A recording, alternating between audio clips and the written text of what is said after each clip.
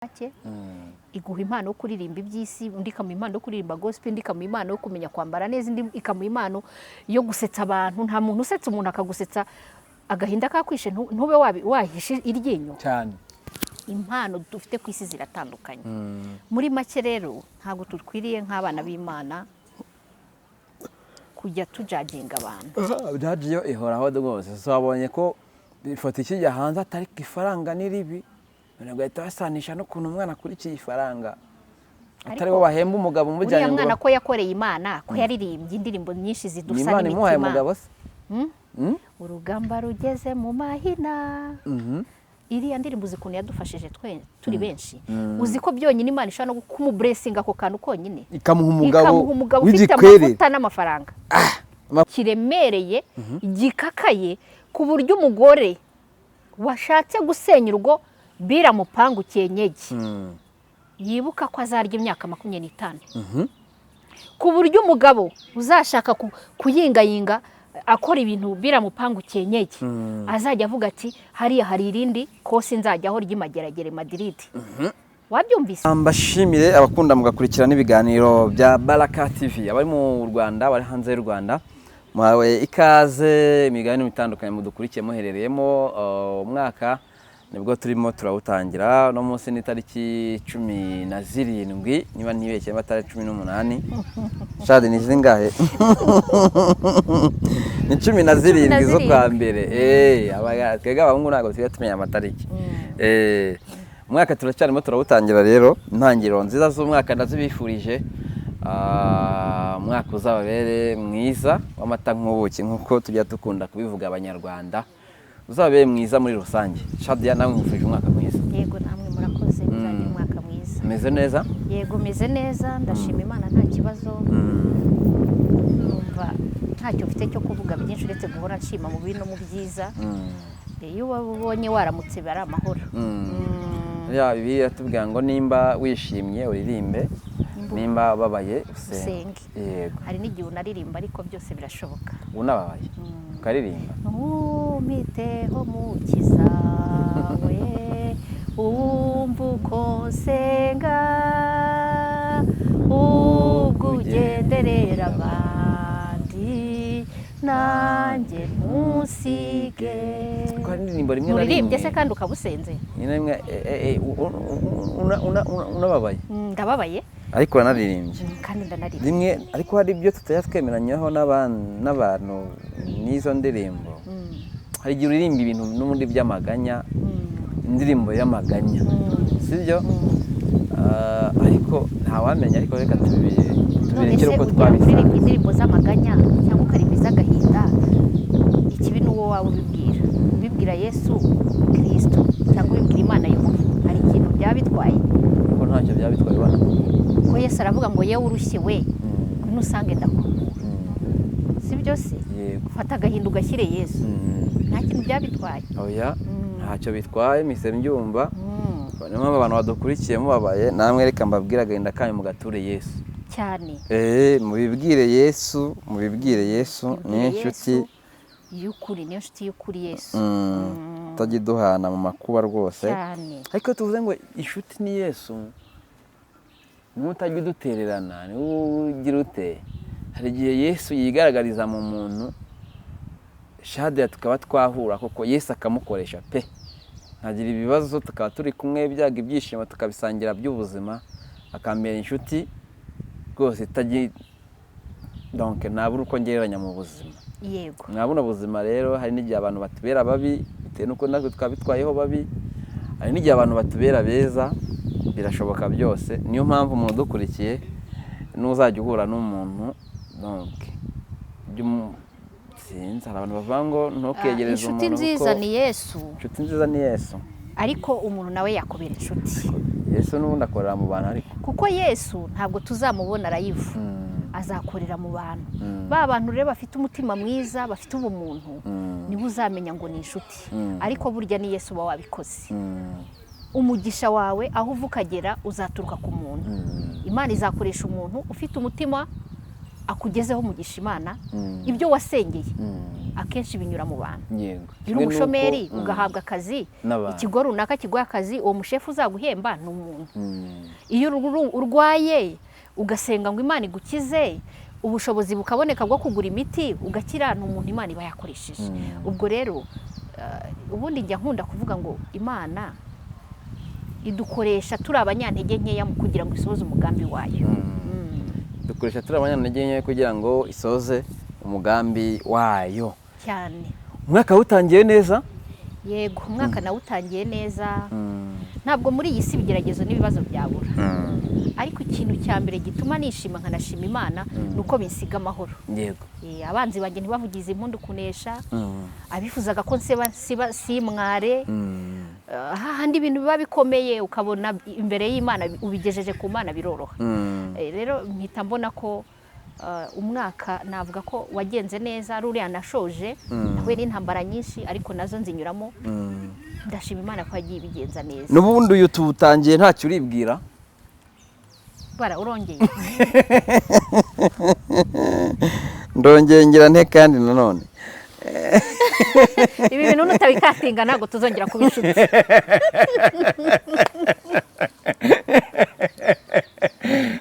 Se kuki ushaka unyanga?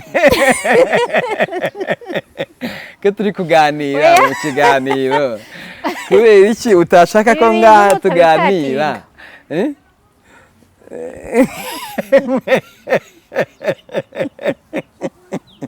Niko uyu mwaka n'ubundi utangiye mugani w'abandi ngo ntagikwe, uno mwaka nawe se utangiye ute mu buzima busanzwe? Rero hari ibibazo by'umbaza nkabona atari njye ubukwiye kubibaza. Ni Imana? Ni ukuvuga ngo ikibazo cyawe ukivuga uzimije nkahita amenya aho ushaka kucyerekeza, nakubwiye ko ibintu bikatinga. Urumva ikibazo cyawe na n'ubu gahunda ni iy'Uwiteka. Icya kabiri ntabwo ngewe ari ngewe uzashaka, bazagushaka, bazanshaka. Ahubwo ako kantu niko nari ntarasobanukirwa, ariko ubu ndakamenye rwose, ubu ndakamenye. Ubwo rero muri make ntuzongere kujya umbaza ngo na n'ubu. Uno mu kino kiganiro niho birangiriye. Igihe cy'Imana nikigera binyibutsa hari umwana oya namenye ari umupapa, reka ndeke kumwita umwana. Nabonye bamufashe ataratanze mituweli. Bamubwira ati kuki udatanga mituweli? Atari ko gahunda n'Uwiteka, ndatanga mituweli kandi abantu banjye barindwa n'Uwiteka. Oyi wo ngo ararwaye. Ati none se umwana narwara atazavurwa n'Uwiteka? Oyi wararwaye. Arababaza ngo nimba ubushobozi ari ubw'Imana, ati muye ko ubuyobozi bukore cyangwa Imana ikore. Uri kumva? Uwo yarakeneye kuganirizwa, yari afite imyumvire iri hasi. Kuko ibintu byose bibaye iby'Uwiteka, hari ibintu rega Imana inareka tugakora nk'abantu. Hari ibyo dukora, hari n'ibyo Imana idukorera. Mbese ntigiduha umwanya wo gukoresha amahitamo yacu. Oya udo.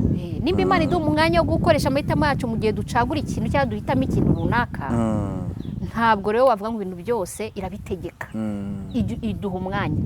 Yaravuze ngo mbashyize inzira ebyiri imbere, uhitemo inzira ijyana ku bugingo cyangwa inzira ijyana ku kurimbuka. Uhitemo. Nta nkoni yagushyize mu bitugu.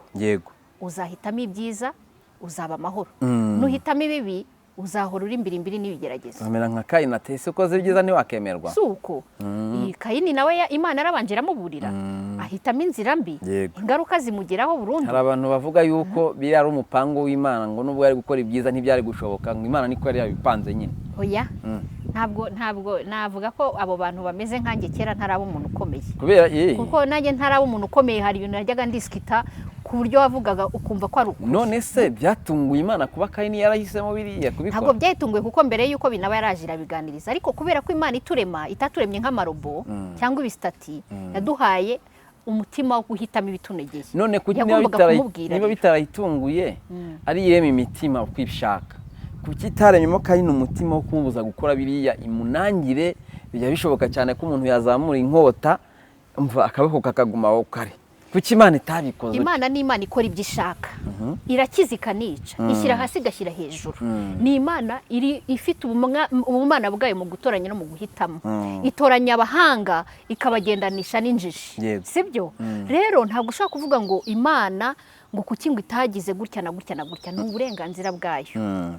Kuko icyo nize ni uko Imana ifite ubutabera burenze ubw'abantu. Mm. Nimba aravuze ngo ndemye umuntu agira ishusho yanjye, ase nanjye, akubeho gutya mbeho gutya, agakora icyaha, Mm. Imana igomba kureka Satani bakurikiye bakabanza bakabona inyungu z'uko ibyo yababwiye byari ukuri. Mm. Sibyo? cyane. Iyo iza kurimbura Satani ntabwo twari kubona koko ko Imana yavugaga ukuri. Mm. Ariko kubera ko yamuretse akabaho n'abadayimoni, abamukurikira babona ingaruka nyinshi. Iz'ibyaha barazibona, izo gukenyuka barazibona. Mm. Hari ingaruka nyinshi zibaho zo kutubaha Imana. Cyane. Nubwo hari ingaruka z'impanuka kamere z'isi, hakaba n'ingaruka z'uko imiterere y'ikirere iteye. Ariko pe Kayini Imana yamusanze imwegera ko yari amaze kubona umutima we unangiye, iramurika akora gahunda ze. Mbese byabuza, wasanga Abeli aho yari ari kuri paradizo, aho yari ari hano ku isi agikora icyaha, Adamu, Abeli yaravukiye mu muruho. Sibyo? Kandi yari umukiranutsi ubahaga Imana, watambaga ibitambo byera. Kayini rero buriya yamwegereje Imana mu buryo bworoshye. Yego yamwegereje Imana mu buryo bworoshye. Ubonye uburyo wateze umusatsi wawe ukubise agakope gutya, ukubise agakope nyine ibuka ko nawe uri umurokore. Ndi kubona inkumi yacu yasezeranya bati muri ADEPR se noneho baradohoye. Oya, umukobwa wacu Vestine nawe nabonye afite agakupe keza. Nabonye birashoboka ko umugabo yashatse ari uw'amacaci, atari umwadeperi. atari umwadeperi. Kandi umugore agomba kugandukira umugabo. Ubundi se yakubiseho kari agasatsi mu ADEPR, ubundi byaba bibangamiye. Ngiye kubimbaza ni urucabana, kuko jyewe Bibiliya ndayizi cyane, nzi umutima w'Imana, urumva ibyo tugambiriraho ni ibyiza kuri twebwe nubwo tutamenya ibitekerezo by'umugambi w'Imana cyane, ariko umutima w'Imana ni urukundo. Ntabwo rero Imana ireba nk'abantu. Igiye ireba nk'uko amadini yagiye ashyiraho amarimite y'imico n'imyitwarire y'amadini, yaba itagira urukundo Imana. Kuko amadini yashyizeho ibintu birimita abantu ku bijyanye no kwangiza urukundo, kandi Imana ari urukundo. Imisatsi wagira miremire, wagira migufi, wagira iy'ubururu, wagira iy'icyatsi, wagira iy'umweru, nta hantu bihuriye n'imbuto wera n'imyitwarire yawe muri rusange. Ushobora gutega ibitambaro, ukaba utasuka umusatsi, ukaba witwa umurokore, ariko ibikorwa byawe za mbuto ntazihari. Kandi wa wundi wishyiriyeho tentire zitukura, wakoze kupe nka harya uriya ni Dorcas, ni Vestina, yego, akaba akora imirimo myiza, akaba akiranukira Imana. Wowe rero ugahora hanze utera waraza wirirwa umucira urubanza, kandi utazi uburyo abanyemo n'Imana. Biriya rero ni imico y'idini. Ikigaragara cyo ADEPR n'igihe yamutenga, nimba ari umwadeperi, none se ntiyihabanyije ibijyanye na doctrine z'idini. Abanyarwanda barajajinga. Ubwo nari ngarutse ko ibyo by'imisatsi, ariko mise nibuka n'akandi. Babonye uburyo yari yimereye neza, ariko kuno mwana yabyibushyera, atangira kuvuga ngo gacyuye inda. Baramupimye se? Bakoresheje iriya teste, baramupimye. Ubu bivuga yaramupimye. Bagereye ku mubyibuho. Bagereye ku mubyibuho. None se umuntu wese ubyibushye uko nabyibushye mfite inda? Nawe warabyibushye. Yenda nshaka kuba mfite inda y'ibiryo. Ariko ntafite inda yo kuba umuntu ubyibushye se wese agira inda. Simbizi. Kandi nubwo yenda yaba ananayifite, icy'ingenzi ni uko ayimuteye amutwaye. Bitwaye iki? Mwaritse amatiko, bitwaye iki? Bahita amagambo. Abaye ayifite, uwayimuteye amutwaye, bitwaye iki? Kandi ntawe azajya kuyegekaho. Sibyo? Kandi nanone abaye abyibushye, nta mpamvu zo kujajinga umuntu, ko abantu bose barabyibuhe birahindagurika. Sibyo? Aho naragiye mu munyenga w'amafaranga n'urukundo, bakamugwita ke yakabyibuha. Niko da. Umunyenga w'amafaranga? None se umuntu ufite amafaranga akaba adahangayitse ntabyibuhe yabishaka? Uryunzemo se? kari amafaranga ariko amutwaye baratwibukiranye utaragira amafaranga wanganaga gutyo njye ntawe nzi ndayafite urabyibushye abantu barakuzi ndakubwiye ko mfite amafaranga utarayagira urayafite wihakana ntago umura ntago ndi bugusabeho nanjye nzi kuyakorera amafaranga ni nk'amaraso buri wese agira ahwanye naye yego amafaranga ni nk'amaraso twese turayagira reka nkubwire njye reka mbabwize ukuri buriya kubyibuha bigira igihe hari imyaka njye rero kuba wishimye ikigusetsa narabyibushye ntaratangira gukorera amafaranga oya wimbeshya ndakuzi bara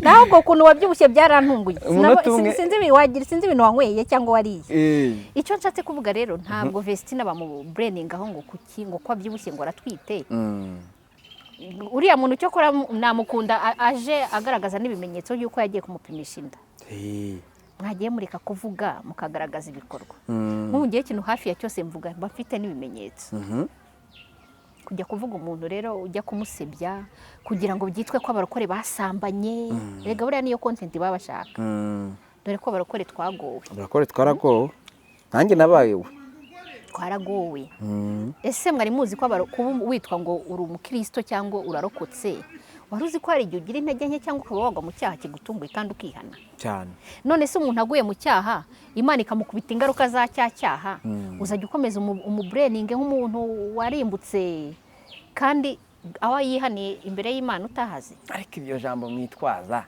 nk'umuzaho ngo nkore ibyaha ngo ariko ngaho twihanira ntimuhazi ariko iryo jambo rizarangira ryari reka nkubwire Baraka dore amakosa abana b'abantu dukora njye sinshyigikira ibyaha yego sinshyigikira n'abantu gukora ibyaha mbwira abantu ngo muve mu byaha muhunge ibyaha mwirinde n'ibisa nabyo sibyo kubera ko kiriya gihe iyo uri kwirinda ibyaha muri wowe nawe ubwawe ugubwa neza ubana n'Imana neza na sosiyete ntabwo uyibangamira ariko umuntu wakomeje kwirinda agasitara akagwa muri za ngaruka za cyaha nacyo ubwacyo ni igihano si igihano si igisebo uzi ko waravugiye Imana ugatwara inda udafite umugabo si ikimwaro si igisebo ariko se nimba ngize ya ngaruka za wa mwana nkajya imbere y'Imana nkavuga ngo Mana nguye mu cyaha cy'ubusambanyi ntwaye inda ndihannye ntabwo nzongera ukundi ukongera ukihana Imana ikunda abantu bihana ko Imana yamubabarira wowe ugahora umucira urubanza wowe wigize umucamanza kubera iki urigira umucamanza kubera iki abantu nyine ko dufite amaso tuvuga ibigaragara tureba ibyo twabonye nyine nta ntunganire hano ku isi ntayo nimba mugira ngo mbivugeho ndasoma n'icyanditswe kivuga ngo ikize ko abantu bagomba gutwita nta ntunganire ku isi ariko umuntu yakosa akanikosora umuntu yakosa akanikosora nta ntunganire ku isi ibyo bintu mwicare mubizi nta marayika y'umuntu iri hano ku isi turi abantu bambaye inyama n'amaraso nimba abantu bararebye Imana mu gihe cy'Abisiraheli ibitangaza yagiye ikorera kwa Farawo ikabambutsa inyanja itukura ariko bagahora bagwaguza bageze i Kanani nibangaye kandi bo barabonye n'Imana abantu bitegereje Yesu akora ibitangaza ahagurutsa ibirema azura abapfuye abantu bafite ubumuga bugiye butandukanye akabakoreraho ibitangaza bakarya bagahaga bakamubona nanone abambwa abo bo bararokotse twebwe ikiremwa muntu turi abanyantege nke completely tugomba ahubwo icyo tugomba gukora niki guhora twihana njya nkunda no kubwira abantu bitwa ngo nabarokotse cyangwa nabarokore babandi bumva ari abakiranutsi cyane kurusha abandi ngiye ngeso ngo ariko abantu musengera iriya ni indwara mbi abantu musengera muri ADPR imwe mugiye iyo ngeso abantu musengera muri ADPR ni mugira iyo ngeso n'abandi benshi barabikora urugero nkaba evangeliste Imana inkubisa umwuka w'ubuhanuzi impaya amayerekwa inkubisa ubuhanuzi yireka rwose nanjye ibintu byagenze neza nkahita mugana ndi connected n'Imana kuko amaye ubuhanuzi nabaye connected n'Imana sibyo ariko icyo kintu nkakirishisha cyangwa gikoresha mu buryo bwo kujya ngaragaza ko abandi badakiranutse kubera ko bo badafite iyo mpano oya Imana izitanga ku bushake iguha impano yo kuririmba iby'isi undi ikamuha impano yo kuririmba gospel undi ikamuha impano yo kumenya kwambara neza undi ikamuha impano yo gusetsa abantu nta muntu usetsa umuntu akagusetsa agahinda kakwishe ntube wahishe iryinyo cyane impano dufite ku isi ziratandukanye muri make rero ntabwo tukwiriye nk'abana b'Imana kujya tujaginga abantu. jaji yo ihoraho rwose. Wabonye ko ifoto ikijya hanze atari ifaranga ni ribi, bagahita basanisha n'ukuntu umwana akurikiye ifaranga, atari bo bahemba umugabo umujyanye ngo uriya mwana ko yakoreye Imana, ko yaririmbye indirimbo nyinshi zidusa n'imitima. Imana imuhaye umugabo se? Urugamba rugeze mu mahina. Iriya ndirimbo uzi ukuntu yadufashije turi benshi. Uzi ko byonyine Imana ishobora no kumuburesinga ako kantu konyine, ikamuha umugabo ufite amavuta n'amafaranga. Amavuta n'ama cyane, amavuta na ntamugusha. Impamvu mbuze amavuta, hari igihe ashobora gushaka umugabo akamugusha, ugasanga ya gospel ntitukiyibonye, za ndirimbo za gospel, ugasanga yenda mujyanye no mu bindi, cyangwa mwahicara ube mama w'abana, cyangwa ujya muri business ntuzongera kuririmba. Kandi yenda yamukunze, yamukuye ku gatuti kivuga butumwa byo kuririmba. Muri make rero ntabwo tuzi umugambi w'Imana kuri Vestina, ntituzi ibyiza biri imbere kuri we, nta nubwo tuzi amakuba ari imbere kuri we. Imana yonyine niyo izi ibyo azarwana nabyo. Nta mpamvu rero zo kubitindaho. nta mpamvu n'izina nkeya ngo ufite umugabo ngo mukuru, nashaka bapfa kuba barakundanye. Hari ubwo amufashe ku ngufu saramutera. Nawe ariko urashukana. Ntashukana. Ntabwo nshukana. Urukundo rugira byinshi rutoranyamo. Hari igihe ashobora kuba yaramukundiye imyaka, mwebwe mukaba ari muri kubureninga, akamukundira ko afite imyaka 36 cyane. Nk'ubu nanjye icyifuzo cyanjye ngiye ukagira ku byifuzo byanjye, si iby'Imana kuko iby'Imana birahabanye. Ngiye guhitamo umugabo, ubu nahitamo umugabo nibura uri hejuru y'imyaka 50. Gusa urumva yajya kumarira iki? Yaba ari inkingi ya mwamba. Yaba ari inkingi ya mwamba. Kuko niwe mahitamo yanjye, niwe munezero wanjye, nibyo kumva ko yavuye muri ya mikaka yo kwirukanka mu dukobwa, yavuye muri ya mikaka yo kumva ko yajya mu marogi no mu mahoteli, yavuye muri ya mikaka yo kwirirwa avuga ngo ndafata inkumi nzifate nzishyire hariya. Ageze muri ya myaka yo gutekereza ubusaza bwe. Hanyuma tuganire rero sasa, tuganire nk'abanyarwanda, sibyo bari kuganiriza abandi banyarwanda. Hari abantu bavuga bati dukurikije uko umuryango nyarwanda umaze kumera kandi byose bikaba bipfira mu ngo, leta yacu nk'uko isanzwe ifata ibindi byemezo bikakaye, dukeneye kubona yenterevona igafata ibyemezo ku bantu bakoze amadivorce. Uko tubona ifunga abantu banyoye ibiyobyabwenge, tukabona yafunze n'abantu kandi imyaka itari mikeya ku bantu bagize uruhare mu guteza divorce mu ngo. Ati nibura ibyo bintu byazagabanya umurindi. Ati leta turayishinja amakosa akomeye mu gutuma amadivorce akomeza kuba menshi.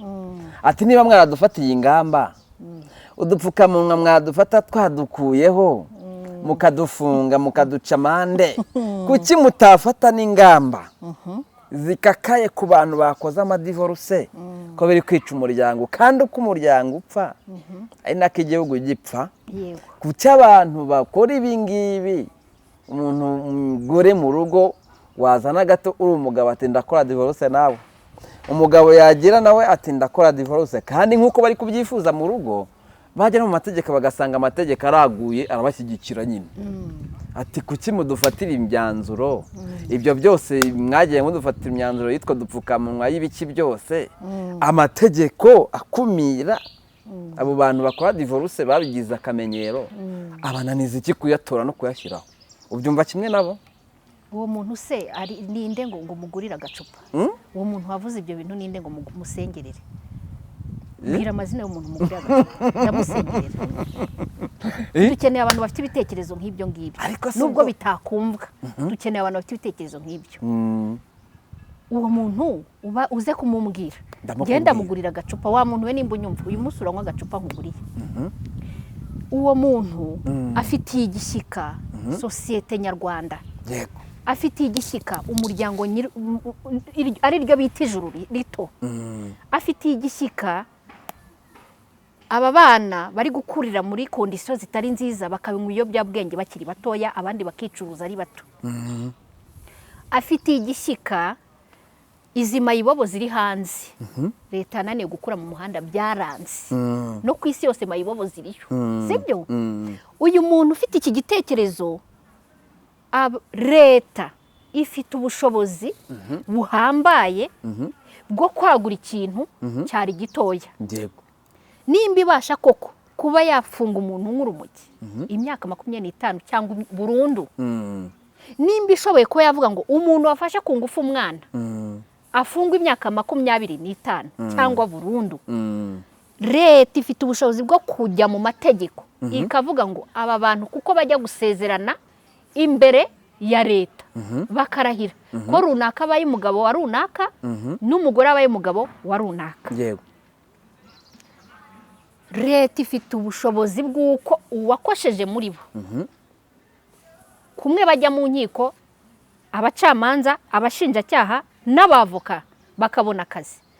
Bari bakwiye gushyiraho igihano kiremereye gikakaye ku buryo umugore washatse gusenya urugo biramupangu cyenyegi yibuka ko azarya imyaka 25, ku buryo umugabo uzashaka kuyingayinga akora ibintu biramupangu cyenyegi azajya avuga ati hariya hari irindi kosi nzajyaho ry'imageragere Madrid. Wabyumvise? Ibyo bintu nibiramuka bishyizwe mu bikorwa ndakurahiye nanjye urwo rugo ndabizi nzarurambamo. oya Uzajya ujya gushaka wiyemeje. Icyambere ntabwo uzahubuka mu kurambagiza. Wumvishe icyambere ntuzahubuka mu kurambagiza.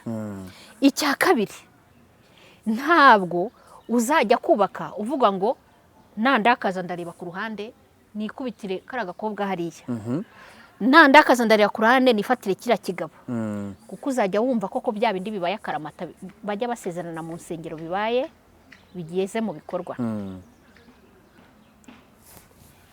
Ahubwo leta yabiri kuntega amatwi iri kunyumva yadushyiriyeho mu bikorwa ibintu bijyanye na divorce bagashyira bihano by'umurengera. Nimba agapfukamunwa koko karahawe ibihano by'umurengera, ndabyibuka banyanye kuri stade inshuro 2. oya yego none ngewe hari n'igihe habaga ari akazuru kagaragaye gusa, umunwa nk'ufutse se babitaga agapfukamunwa se, akazuru ubwo ntabwo ari agapfukazuru, ariko kuko umunwa akazuru kagaragaye bakabufata mo hariya kandi sinanamenye igihe kasohokeyemo. Ibihano twarabihawe kandi turabyubahiriza, turanga udupfukamunwa najyaga ngura modeli zitandukanye, izidoze mu myenda z'abatayeri, izimeze nk'izo kwa muganga, turwanya kugira ngo COVID-19 tutandura kandi twubahirize n'amategeko ya leta, kuko bitaba amategeko ntabwo nari kukambara. Wemera ko hari abantu benshi batari kwambara agapfukamunwa kuko karambangamira gasira kukambara. Inkingo za COVID iyo badashyiraho itegeko sinari iyo badashyiraho itegeko ntabwo twari gufata inkingo 3. ntabapi na rumwe sinari kufata. Nimba bashyiraho itegeko icyo kintu kikagenda, ni kuki batashyiraho itegeko ry'umuryango bakavuga ngo bagabo bagore mugiye gusezerana mumenye ko nimuramuka mudukinishije ko aya masezerano muri gusezerana, umwe muri mwebwe wateje ikibazo akajya imbere y'umucamanza n'umushinjacyaha agatsindwa, uwo muntu amenye ko azajya Madrid 25 azayikatirwa. Mwari muzi ko divorce mwamuziciye nyakubahwa abashinzwe amategeko? Nyakubahwa minisitiri w'umuryango uzi ko icyo gitekerezo kidutangiye mu bashinzwe kwandika amategeko, iryo tegeko bakaritora, hari icyo mwaba mukoze? Uzi ko minisitiri ishinzwe urubyiruko hari ibintu byinshi yabikumiriye. Uzi bikomera abana b'urubyiruko bafite kubera amadivorce y'abashakanye. Papa yatwaye umutungo na mama atwara umutungo muragabana, mama aragenda bindaya papa mu musinzi. Abana umubasize mu kangarateta arajya kwishakira ubuzima, azajya kugura urukweto ari uko yibye. Uzi ko hari abana dufite bari gukora amakosa bakoreshejwe n'ababyeyi babo kugira ngo agaragaze intege z'undi mubyeyi umwe, akaba barakoze divorce abana bagasigana na nyina. N'urugero Isi agashaka uburyo bakoresha amakosa agaragara ku buryo abantu baravuga ati wa mugore buriya ntazi kurana niba utarushobotse. Yego ko tubaye dufite abana hari amakesi agiye atandukanye. Reka mbanze nivugeho gato kuri icyo kintu mbere yuko nivuga. Nge nitwa Maria Aime Shadia. Yego mfite channel yitwa Birandikwa TV. Mfite club yitwa WH. Mu mpine Y ni written, H ni in heaven, birandikwa mu ijuru mu Kinyarwanda. Iyi club ikorerwamo ibikorwa byinshi bigiye bitandukanye, harimo urubyiruko mbana narwo mu murenge wa Nduba, ntabwo ntinya kubivuga.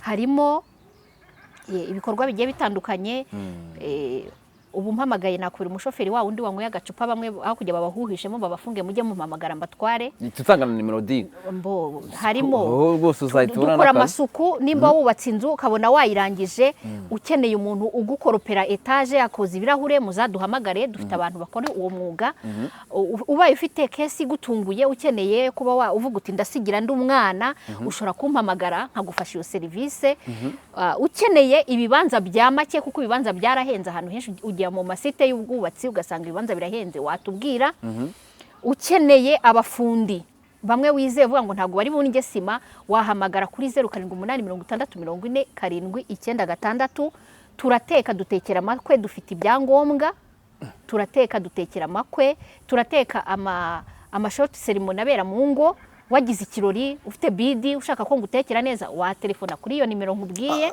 wari mu diaspora batekera gutebo aba diaspora ndabasengera cyane ndanabakunda cyane ahubwo ndabashubuzuranyibukije ikindi mbaha n'ibitekerezo aba diaspora njya mbaha ibitekerezo bamwe na bamwe tuganira kuko mfite inshuti nyinshi cyane ubwo rero muri make mu Rwanda dukora ubu turi kuri site yo gukora mu mujyi wa Kigali gusa kubijyanye n'isuku twagukiriningira tukwigisha uburyo watunganya jaride yawe ufite ahantu nkaba nakwereka uburyo utera igitana nkakwereka jaride ukuntu ikorwa tuguha izo nama ariko ntabwo ari ku buntu turaganira tukadiringa ku mafaranga ntabwo bihenze ushobora kuba uri umusiribateri wabuze guteka dufurira abantu tumesera abantu dukorera abantu twoza ibyombo dukora amasuku ushaka kuduhamagara kwa kundi uvuga uti reka mpamagara umuntu rimwe mu cyumweru cyangwa kabiri mu cyumweru ibyo bintu turabikora ukeneye kuba wagize impamvu umukozi akagutungura utari busiba akazi cyangwa misho mu gihe gitoya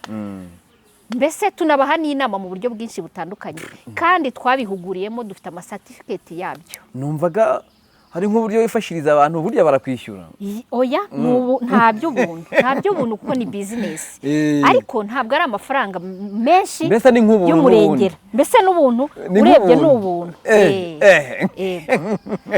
rero ngarutse kuri ya ntama nawe uri mubi rwose ngarutse kuri ya ntama yego wari umbwiye wakongera ukambazaho akabazo ko ngiye mu byanjye ndatandukira cyane nari nkubwiye inki ku kiganiro wari uri kumbwira kijyanye n'umuryango navugaga hari abana benshi bari gukoreshwa amakosa n'ababyeyi ku buryo abana bahinduka abanzi b'abandi b'umubyeyi umwe akamwanga burundu nayo nkwaye nk'urugero nk'umugore n'umugabo bashobora gutandukana ku buryo umugabo akenera gukomeza kugaragaza za ntege nke z'umugore urukundo umugore ari kumwe n'abana umugabo agakoresha abana kugira ngo akoreshe babana nyine amakosa bagaragaza intege nke za nyina ugasanga abana babaye ikiganisha nahumvishe ibyo bintu akenshi abadamu barabikora ntabwo ari cyane abagabo ugasanga umubyeyi yangishije ise w'abana iso ni mubi iso ni indaya iso ni umusinzi iso ni isoso y'abayiso cyangwa ugasanga umugabo ari muri nyoko nyoko yarananiye nyoko reba nyoko biriya bintu nibyo birahari kandi koko uwo muntu ashobora kuba ari mu bipe ariko si byiza nongereho ngo si byiza gufata abana ngo ujye ubabwira intege nkeya z'umubyeyi wababyaye mubikira iryo banga ese mwambabare tukagira ibanga koko mubikira iryo banga byanakurenze wabuze ubibwira wajya kwa muganga ukishyura serivisi ukaganiriza umuganga cyangwa se byakwanga ukareba inshuti yawe imwe wizeye wabiganiriza ikakugira inama ariko gufata abana ukababwira intege nke z'umubyeyi kugira ngo ngukunde ubumwere uzi ko ari kukemuye ikibazo ubuhemutse cyane kuko umwana uko se yaba ameze cyangwa uko nyina yaba ameze ni umubyeyi we kurinda avuye kuri iyi si cyangwa kurinda amushyinguye cyangwa nabo bamushyinguye nta ngingo ushobora gusimbura umubyeyi baho yego nubwo yaba ari umusazi mu muhanda aba ari umubyeyi wawe rero ababyeyi bafite izi mbaraga nke zo kugenda basebanya hagati yabo bakabimenyesha abana babicikeho kuko byangiza abana kandi n'abari abana baba bazashaka ingo iyo rero wababwiye biriya bintu iyo ashatse urugo usanga n'ubundi urugo rubayemo ibibazo yego akajya batu abagabo niko babaye na mama papa yari yaramuzengereje. Abagore niko babaye na runaka ariko byagenze. Yego. Ibyiza rero nimba umugabo yakunaniye mubyimenyere hagati yanyu mwembi. Nimba umugore yakunaniye ubyimenyere hagati yawe n'uwo mwashakanye. Mwifata ibibazo byanyu ngo mubishyire mu bana. Hanyuma rero icyo nababwiraga kugira ngo leta ikakaze ikanyage ubutane bw'abashakanye ni ukugira ngo izi ngaruka ziza ku muryango n'abana zigire gute bishire. Impamvu nkunda gukontinga leta nkavuga nti ibi byose ni leta ibigiramo uruhare. Abantu benshi ni ukuri nubwo biyasira bakavuga ngo ngo nakora iki n'iki ngo nkajya kurya ibigori, barabivuga ariko ntibabikora cyane. Nashimye ikintu leta yakoze cyo guha uburenganzira bungana ku mugabo n'umugore. Nta mugore ugikubitwa. Kera abagore barahohoterwaga cyane, nta n'agaciro bahabwaga benshi. Umugabo wahaga agaciro umugore mu bihe bya kera yabaga ari umugabo usobanutse cyangwa ufite Imana muri we, yarigishijwe n'Umwuka Wera. Ariko ngo iryo ringanira ryaje naryo harimo abagabo byasize ari intere babirenganiyemo. Impamvu nari mvuze ngo nashimye leta, ikiriya kintu leta yakoze cyatumye abagabo bamwe bumva ko bafite inshingano zo kubaha abagore kandi bitarajyaga bibaho. Ariko haza kubaho ikibazo cy'uko aba bagore bahawe ijambo, bamwe na bamwe ntabwo ari bose, ni ukuri harimo abagore b'inyangamugayo usanga bitwaza kiriya kintu ngo nkoraho. Njya mbona n'amafilime bakina, ibeshye unkoreho se, nkoraho, ibeshye nkwereke, ibeshye ujye kurya ibigori, ibeshye nkwereke. Nabonye akantu ko mu Rwanda no muri Kongo ngo niba no mu Burundi, umunyarwanda aragira ngo nkoraho nkwereke se bakujyane ribu. Umukongomani we ngiye yabigize nabonye ahita mukubita. Nanjye ariho nigeze kubona bikora ndavuga nti namukubitira icyo. Banumva namukubitira icyo kuko uriya ni ubusembure. Namukubita nkajya kuburana, nabyita ubusembure. Oya ntabashuke. None se reka nkubwire, umugore azi neza ko ari ingare, umugabo aravugana bakavuga. Umugore azi neza ko adashobora gutuza igihe umugabo avuze. Erega buri mugabo yavuze ugomba guceceka. N'umugore burya yavuze ugomba guceceka. Nta masanda biraba mu rugo. Nta dongo idongo ku dongo iyo bukucaranye bigenda bite? Biramena kimwe kiramena. Kimwe kimena ikindi. Umwe aba agomba kuba plastike igihe undi yabaye idongo. Yego. Sibyo? Icyo kintu rero nimaze kukibona mu miryango myinshi, ugasanga umugabo yendanguye agacupa cyangwa se nina muzima byajaguye, reka tubyite ko byasembutse mu bwonko, aravuza n'umugore nawe agiye hararavuga.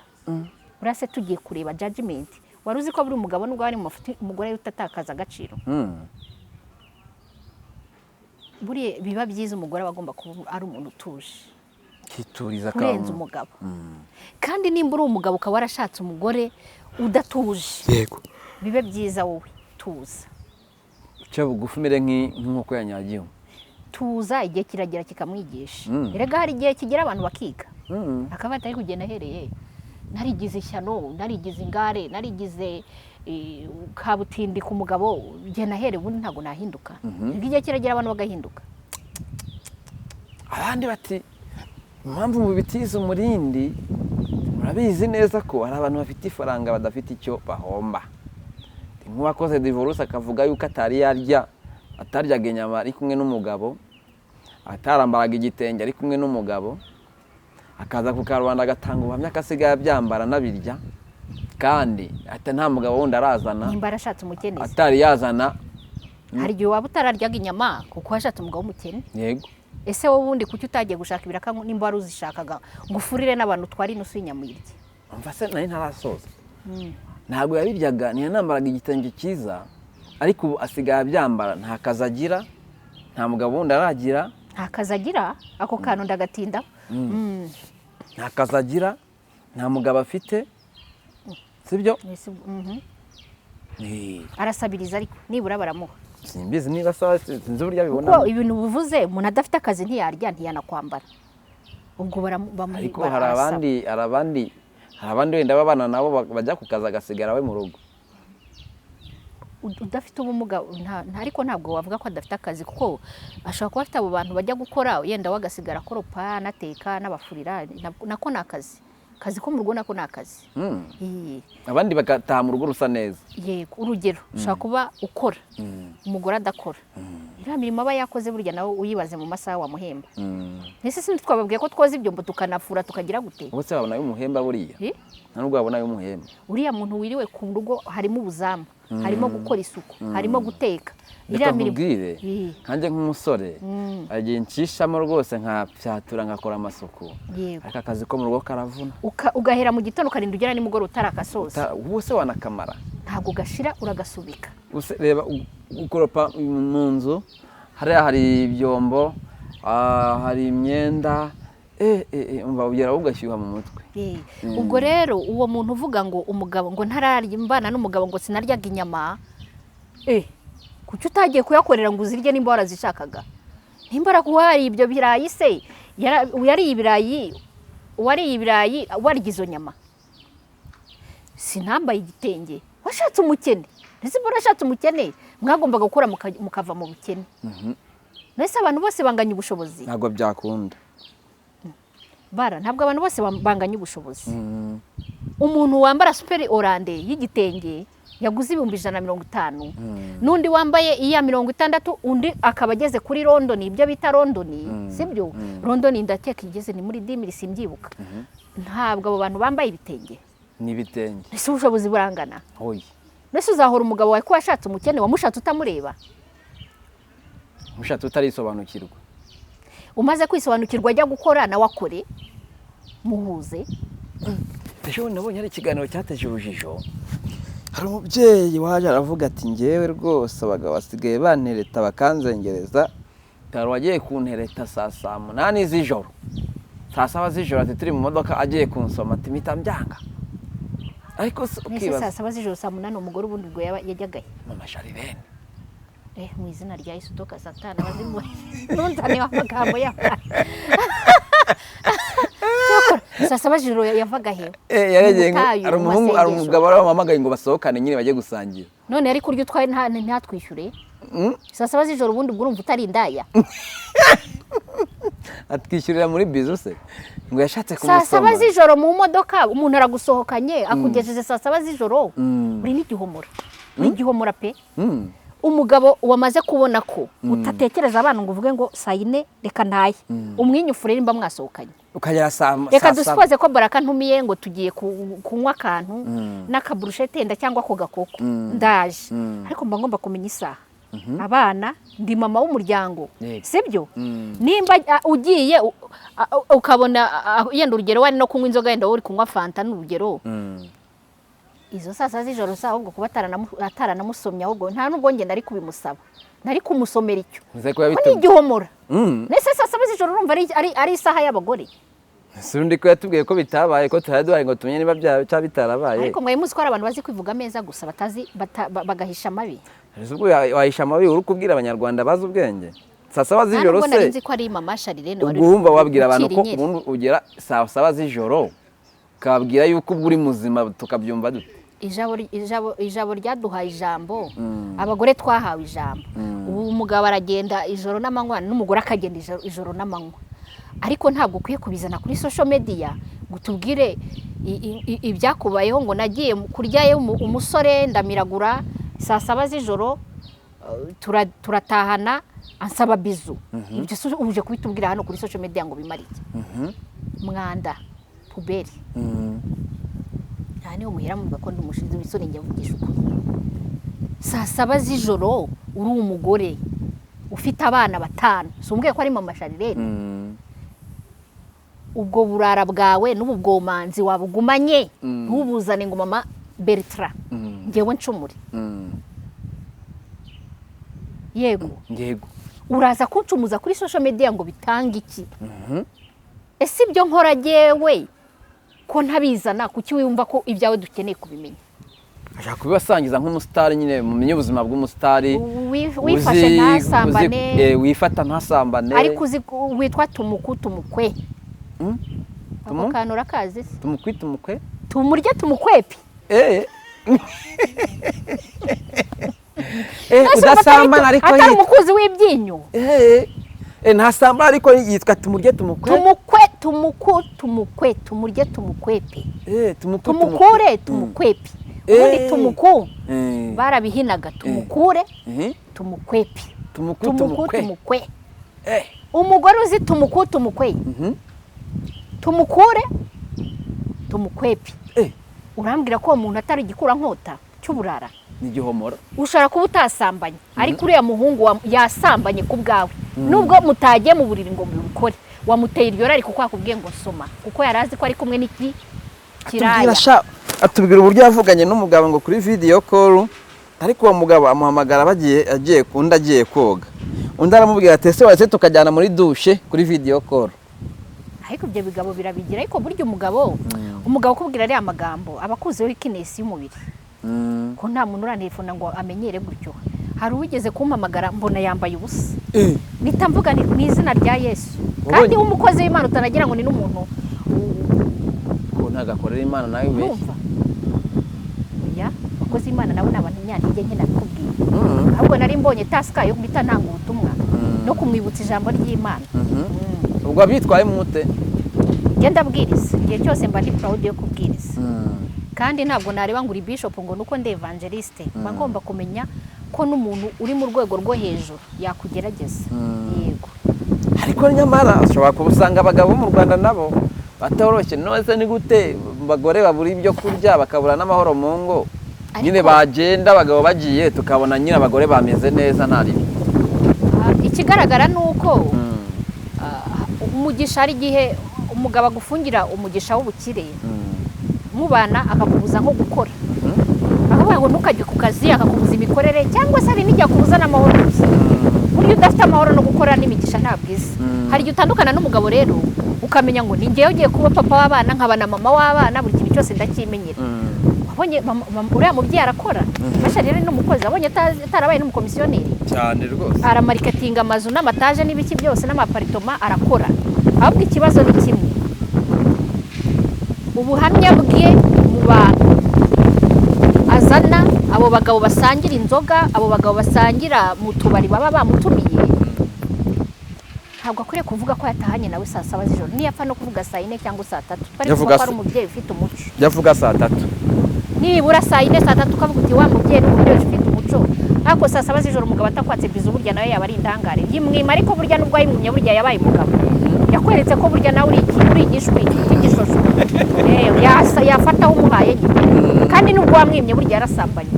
Yego burya barasambanye babiri avuga ngo nawe uzi igisitaza kuza ngo ariko umuntu uzana igisitaza azabona yamubereye igisitaza ko ageze ku rwego bw'ati ndi kumwe n'umuntu ngomba kwaka bizu nta yindi kuko nta n'umugabo afite agiye kunywa ibyanjye nanjye ngomba kwishyuza. Ese si byo nkubwiye nti yabaye nka babandi b'abakozi b'ibyinyo kandi ari umusirimu. Se biriya bintu yabivugiye iki kuri social media yabigumana mu mutima we niba byaranabaye yagira ngo dusenye birashoboka. Imana imbabarire kuko nari naravuze ko uyu mwaka 2025 wari w'amasengesho no kwicisha bugufi no gutanga ibitekerezo byo kugira ngo sosiyete nyarwanda ibe nziza.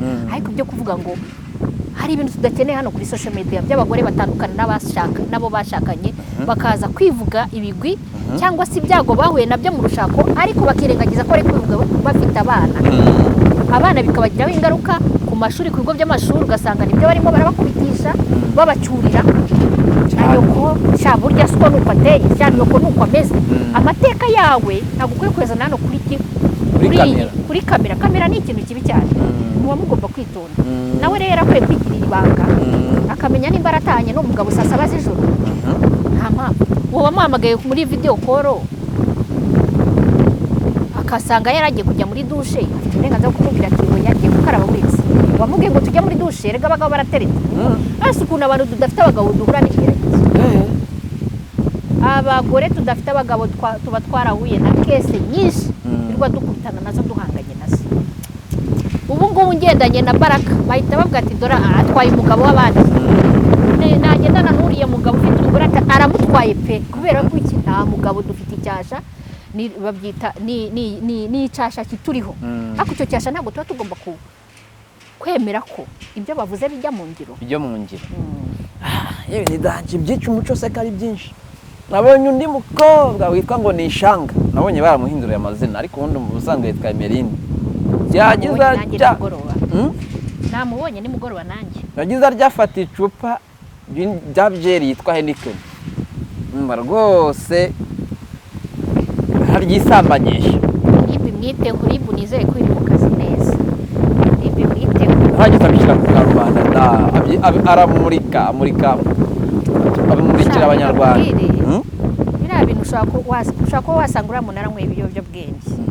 Icya mbere njye naketse nkimara kuyibona navuze ni umuntu yanyweye ibiyobyabwenge cyangwa yasinze.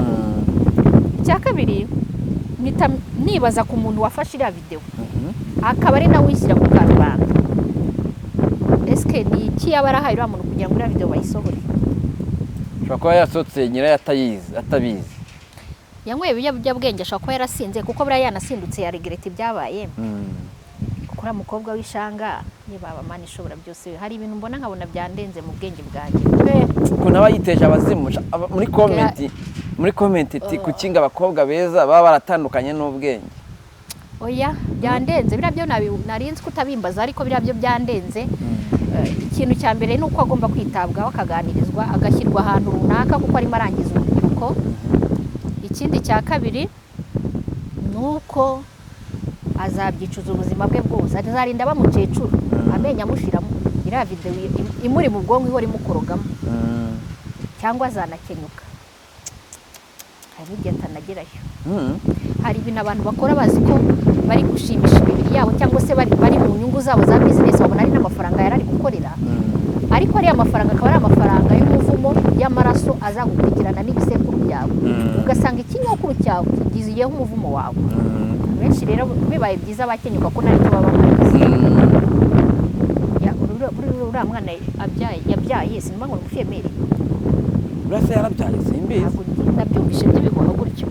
Ariko ibyo ari byo byose, aho abagabo buzuye isi umuntu akaba ageze ku rwego rwo kwisesekamo icupa, ni ibiyobyabwenge ntabwo ari we. cyangwa ari kwamamaza ariya cupa. Oya ntabwo Heineken ni wayitesha agaciro yamamaza kuri nakoze akabari Nyamirambo. Ntago watesha agaciro Heineken uyishyira mu mwanda. Urumva Heineken yagenewe kunyobwa, ntabwo yagenewe gusambanywa ijya mu mwanya w'abagabo. Sibyo? Ikigaragara cyo Imana imubabarire no gusengerwa, ababyeyi tumusengere, dusengere n'umuryango wamubyaye. Tebera rero nandi ko muri comment zisa nizaho ndi twagarukagaho ati nkaho uvuga ko watashye saa 8 z'ijoro, ati umugabo wanjye akaba ariyo masaha yahagere, ubwo neza nkwita kuba ko umwari umugabo nzajya mbeshya. Abagore nabo barataka cyane ati aya mashusho azatangiriza abagabo. Aya mashusho y'urukozasoni ari ku mbuga nkoranyambaga agaragaza ibitsina arimo arangiza icya kabiri arimo aratera ubusambanyi abantu batasambanaga. Umuntu akaba ati kumbi kiriya kicucu ningiha 5,000 kizambara ubusa, akayemera akayatanga kugira ngo akirebe. Wowe ukagira ngo bagushema amafaranga kuko uri imari uri mwiza, kumbi ni ikintu gishoshwe urimo urapfa, urimo urigura serikezi henze. Zira ni serikezi zagiye gusorora. Nubona ko mbigezeho nkashisha ndatinya. Shadi, imvura rero iri kutunyagira. Reka dusoze ikiganiro cyacu aha. Yego. Abantu bakeneye ziriya serivisi yatubwiye baramuhamagara kugira ngo bajye babana nawe mwabira bikorwa. Imvura yo iratudohera ikiganiro cyari kiryoshye. Imvura iratubangamiye pe. Nuko uzagaruka vuba, ariko mfite ubutumwa nzabazanira bw'Imana. Mumbiye kubwira abana b'Imana n'abakunda ubwami bw'ijuru amakuru maze iminsi mbwirwa. Kandi mukomeze mu mwami, Kristo ari hafi kuza, ese turamwiteguye cyangwa turarangaye. Mwirinde kureba biriya bintu by'urukozasoni, kandi Uwiteka abahire mu byo mukora. Abarwayi Imana ibiteho kandi bakize, abafite ibibazo ntago ariko bizahora. Shalom shalom. Shalom.